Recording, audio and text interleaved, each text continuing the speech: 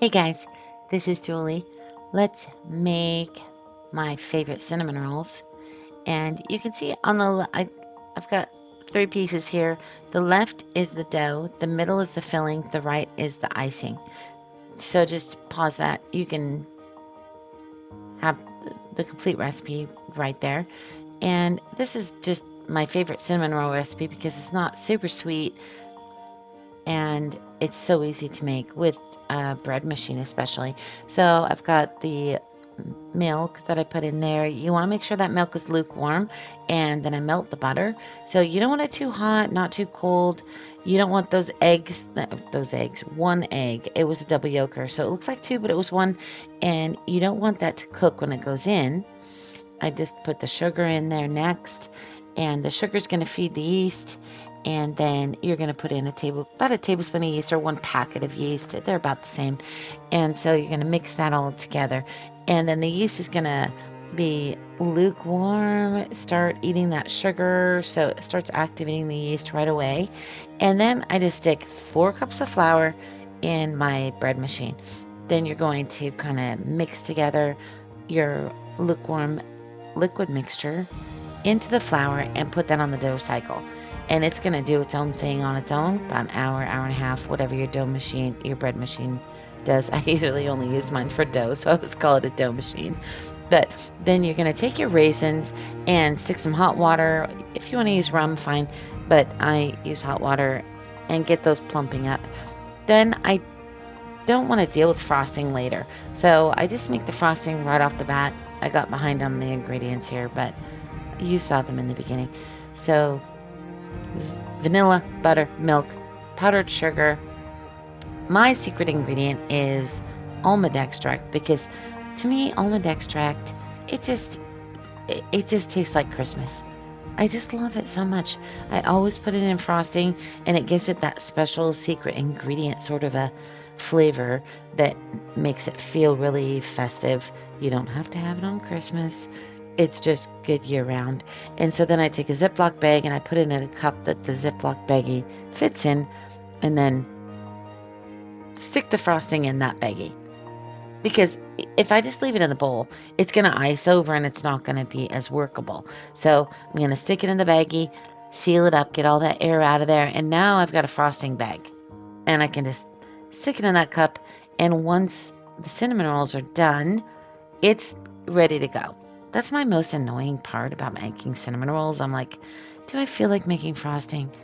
And then I make that right away so that once they're done, the frosting is done, so I don't have to think about it. And sometimes I'll just make some frostings ahead of time and put them in baggies in the freezer. And so if I know I want to make cinnamon rolls, then I will just pull one out and use it. So the dough comes out of the bread machine really soft. The image there that I showed is at the very end, it spins again and it punches it down again. So originally it had risen up to the lid. So then I'm going to roll it out into a rectangle, and I'm going to take my room temperature butter and just wipe it all over there. If you've got anything extra, then just put it in the pan, because you're going to want to butter that pan really good. And so then we're going to put brown sugar on top of the butter next. Just spread it all over with your hands and have fun like a kindergartner, because it really is fun. But you can see that you just get that even layer of brown sugar all over, and then sprinkle your cinnamon sugar evenly across. I have a cousin that's allergic to cinnamon. No biggie. She can have cinnamon rolls with no cinnamon. You just would not put the cinnamon in there. You just do the rest of the recipe. Don't put the cinnamon in. People can still have cinnamon rolls. Cinnamon rolls are just as awesome without cinnamon. So then you can chop your walnuts whatever size that you like them to be. I like some to be small and some to be big, so kind of chunky. And then you're going to drain the raisins you plumped up and sprinkle those evenly over. And be sure you don't give these to dogs. Raisins are so toxic, and grapes, for that matter, to dogs. So you do not want your dogs to get a hold of those raisins or to get a hold of grapes, because they're very toxic for dogs. So then next, I just pinch it off at the end, and then I make a S shape, and that breaks it into thirds for me. I don't know why my brain has trouble with thirds, but I've found that that works best for me. So I pinch off the corners when I make it an S shape. Now I've got 3 pieces. Now I take the 3 pieces, cut them in half, and each of those in half. And now you got 4, 4, 4. Perfect dozen. Stick those in your buttered pan and put them so that the end pieces are down, so they are all even, and just kind of squish them all down flat. Sometimes I use something to squish them down. Sometimes I just use my hands, but cover that up with plastic wrap or a lid or whatever you like to cover things with. And I usually turn the oven on at this point to let it preheat. And then that heat comes up, and I have these on the stove, so they get that extra heat to help them to rise. So now that took me about an hour for them to rise. My house is very cold because I'm always too hot. So mine rise slower than normal people's probably. So then I cooked them for whatever the time said there. It's in the description below, and so is the recipe as always. And then that's when I'm going to pull out my frosting, cut off the tip.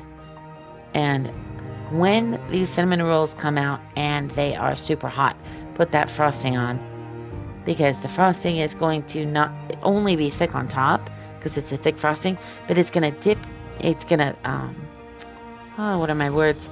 It's going to melt down in between the different layers, so you can taste that frosting like deep inside the cinnamon roll as well as the layer that's on top. So you can see how these just turned out beautiful. My house was pretty cold this day, so normally they rise up a little bit higher than this, but they're really soft. As you can see, I just tore it apart so you can see what it looks like inside. And I just love these. They're my very favorite. You can just warm them up, the next day, or I like to put a little bit of butter on them when I cut them open. You can see they're just really soft. So I hope you enjoy this recipe. This is what I made for my kids when I was growing up. Thank you so much for watching. Bye-bye.